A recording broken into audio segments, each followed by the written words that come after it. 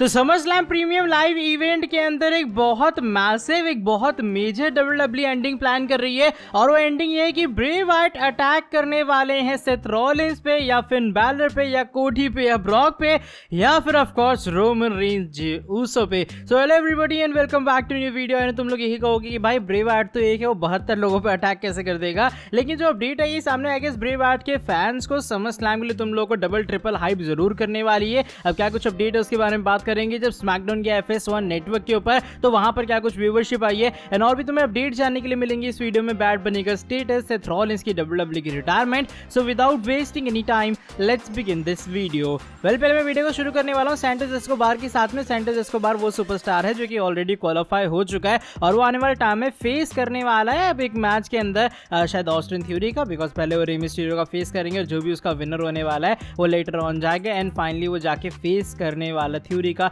एक United states championship match के अंदर। लेकिन राइट इस रिसेंट टाइम में इसको लेकर एक अपडेट वगैरह आई है सामने, बताया जा रहा है डब्ल्यूडब्ल्यू एक्चुअल में चाहती है उनके पास एक लेटिनो बेबी फेस चैंपियन हो कंपनी के अंदर। सो मोस्ट प्रोबेबली शायद सैंटोस एस्कोबार ही वो सुपरस्टार होंगे जो कि रे मिस्टीरियो को पहले हराएंगे और फिर वो ऑस्टिन थ्योरी को हरा के हमें न्यू यूनाइटेड स्टेट्स चैंपियन बनते हुए नजर आएंगे। फिलहाल ये करंटली आपको कह सकते हो ऊपर वाले रूमर्स हैं, बाकी देखो आने वाले टाइम में क्या होता है। कि तुम लोग चाहोगे कि सैंटोस एस्कोबार डिथ्रोन करे ऑस्टिन थ्योरी को और वो बन जाए न्यू चैंपियन। इसके बाद वाली जो अपडेट है वो रिसेंटली वो स्मैकडाउन के एडिशन की रेटिंग्स या फिर कह लो व्यूअरशिप के बारे में जुड़ी है। रिसेंटली जो स्मैकडाउन का शो था, शो पर बहुत सारी चीजें होती हैं लेकिन ये FS1 नेटवर्क के ऊपर था, ये फॉक्स पे नहीं था, तो सिंपल सी बात है व्यूअरशिप तो डाउन जानी ही थी। लेकिन फिर भी जो व्यूअरशिप आई है ना वो 1.182 मिलियन व्यूअरशिप आई है जो कि अभी तक की FS1 नेटवर्क स्मैकडाउन की सबसे ज्यादा हाईएस्ट रेटिंग है। देखो जिन लोगों को नहीं पता, जब भी डब्ल्यूडब्ल्यू FS1 नेटवर्क के ऊपर जाती है उसकी व्यूअरशिप डाउन होने का सिंपल रीजन है क्योंकि वो चैनल बहुत सारे एरियाज में, बहुत सारी लोकेलिटीज में नहीं आता है,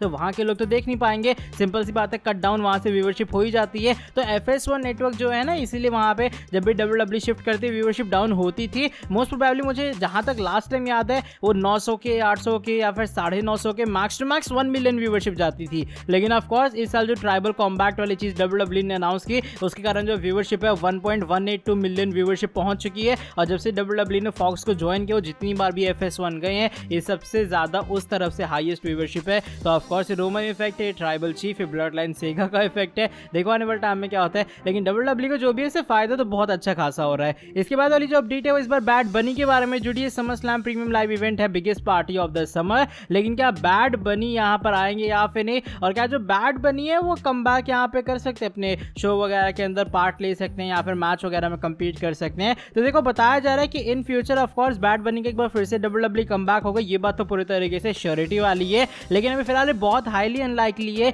कि वो आके समर स्लैम का पार्ट बनेंगे और समर स्लैम के अंदर कम्पीट वगैरह करेंगे। बताया जा रहा है ऑफ कोर्स बैड बनी हो सकता है इस साल का ये जो पूरा शो है वो जरूर एक बहुत बड़ा इवेंट माना जाता है कंपनी का, लेकिन फिर भी वो समर स्लैम को मिस करने वाले हैं। देखो आने वाले टाइम में बाकी क्या होता है। अभी फिलहाल तो यही कुछ अपडेट मैं तुम लोगों को दे सकता हूँ कि बैड बनी शायद इस साल समर स्लैम के शो का पार्ट नहीं बनने वाले हैं। चलो इसके बाद वाली जो अपडेट है वो इस बार जुड़ी है हमारे विजनरी रेवोल्यूशनरी यानी कि सेथ रॉलिंस के बारे में। और सेथ रॉलिंस ने फाइनली बात की उनकी डब्ल्यूडब्ल्यू रिटायरमेंट के बारे में कि वो कब कंपनी से रिटायरमेंट लेते हुए नजर आएंगे। तो देखो सेथ ने अपने इस पूरे इंटरव्यू वगैरह के अंदर कुल मिला के ये बात कही है कि देखो हमारे बिजनेस के अंदर कुछ एक्सेप्शनल लोग भी हैं, जैसे ड्वेन जॉनसन द रॉक है। फिलहाल वो अपना अलग से बिजनेस कर रहा है, वो हॉलीवुड में काम कर रहा है, उसकी फैमिली इसके अंदर थी वो अलग बात है, लेकिन वो अपना अलग चीजें कर रहा है राइट। और ऊपर से अगर मैं बात करूँ उसके प्योर रन के बारे में डब्ल्यूडब्ल्यू कंपनी के अंदर, तो मुझे लगता है वो 4 साल तक का ही रहा है, मतलब मोटा मोटा हिसाब जोड़ोगे तो 4 साल तक ही ढंग से द रॉक ने डब्ल्यूडब्ल्यू कंपनी के अंदर कम्पीट की है। बात करें सेथ रॉलिंस के बारे में, फिलहाल वो स्टेज के ऊपर है जब वो पूरे तरीके से सही फिट और फाइन एकदम फील कर रहे हैं। सेथ रॉलिंस की करेंटली एज 37 है और सेथ ने कहा कि मेरे भी आने वाले 6 से 10 साल तक ये जो उनकी विंडो है या फिर जो डब्ल्यूडब्ल्यू का करियर है या रेसलिंग का करियर है एज अ फुल टाइमर वो हमें कंटिन्यू करते हुए नजर आएंगे। बाकी वो कहते हैं हाँ ऐसा हो सकता है बीच में अगर कोई ज्यादा बड़ी दिक्कत आ जाए या फिर उनकी हेल्थ सही नहीं रहती है, वो फिजिकली कोई पेन वगैरह फील करते हैं, मेंटली पेन फील करते हैं, अपने आप को बहुत वो करते हैं कि नहीं भाई मुझसे नहीं हो पाएगा, तो वो डिफरेंट चीज होगी राइट। लेकिन अभी फिलहाल सेथ रॉलिंस अपने आप को जोन के अंदर देखते हैं कि वो अपनी बॉडी को 6 से 10 साल तक यही जो रेगुलर वो काम कर रहे हैं वो कर सकते हैं, यानी कि एज वही 46-47 के आसपास जो है हमारे सेथ रॉलिंस एक फुल टाइमर की तरह डब्ल्यूडब्ल्यू के अंदर कम्पीट करना चाहेंगे। फिर वो कहते हैं हो सकता है उसके बाद अगर मुझे लगे कि नहीं मैं एकदम फिट एंड फाइन नहीं तो मैं रेसलमेनिया में अंडरटेकर की तरह बन जाऊंगा और सिर्फ रेसलमेनिया में शो अप होऊंगा, आके कम्पीट करूंगा और डब्ल्यूडब्ल्यू से गायब हो जाऊंगा। तो ये कुछ अभी फिलहाल शेड्यूल है, ये कुछ अभी फिलहाल फिलहाल फ्यूचर है हमारे सेथ रॉलिंस का, जो कि उन्होंने फैंस के लिए रिवील कर डाला है कि वैसे उनका ट्राई तो आने वाले 10 साल है, अनटिल एंड अनलेस कोई मेडिकल इमरजेंसी उन्हें नहीं पड़ती है, वरना आराम से सेथ उसके बाद जो है पार्ट टाइमर बन जाएंगे और तो आपको टेकर का जो रोल है वो सेथ रॉलिंस प्ले करते हुए नजर आएंगे WWE कंपनी में।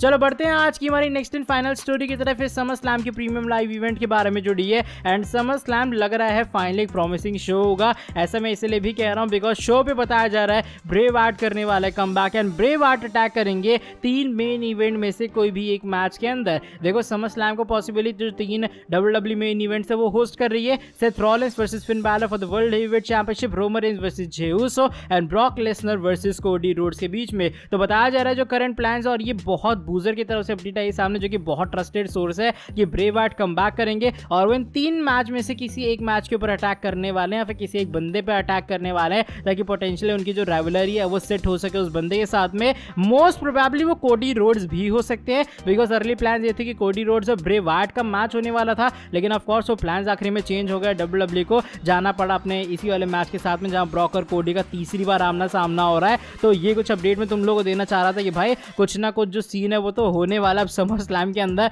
मुझे लग रहा है वैसे वो कोडी पे अटैक होगा, लेकिन अगर रोमन पे अटैक हो जाता है ना तो बता रहा हूं मैं सही बहुत एकदम गजब वाली चीज हो जाएगी और फैंस फिर एक्साइटेड हो जाएंगे पे बैक के प्रीमियम लाइव इवेंट के लिए। एंड चलो by the way that is it for today video. अगर तुम्हें ये वाली वीडियो पसंद आई है इस वाली वीडियो को नीचे लाइक कर देना, एंड साथ ही में जो लोग चैनल के ऊपर न्यू है सब्सक्राइब नहीं किया सब्सक्राइब कर देना चैनल को और बेल नोटिफिकेशन को भी कर दो ऑन। मैं तुमसे मिलता हूँ आके नेक्स्ट वीडियो के अंदर बहुत ज्यादा जल्दी। Till then bye bye, take care.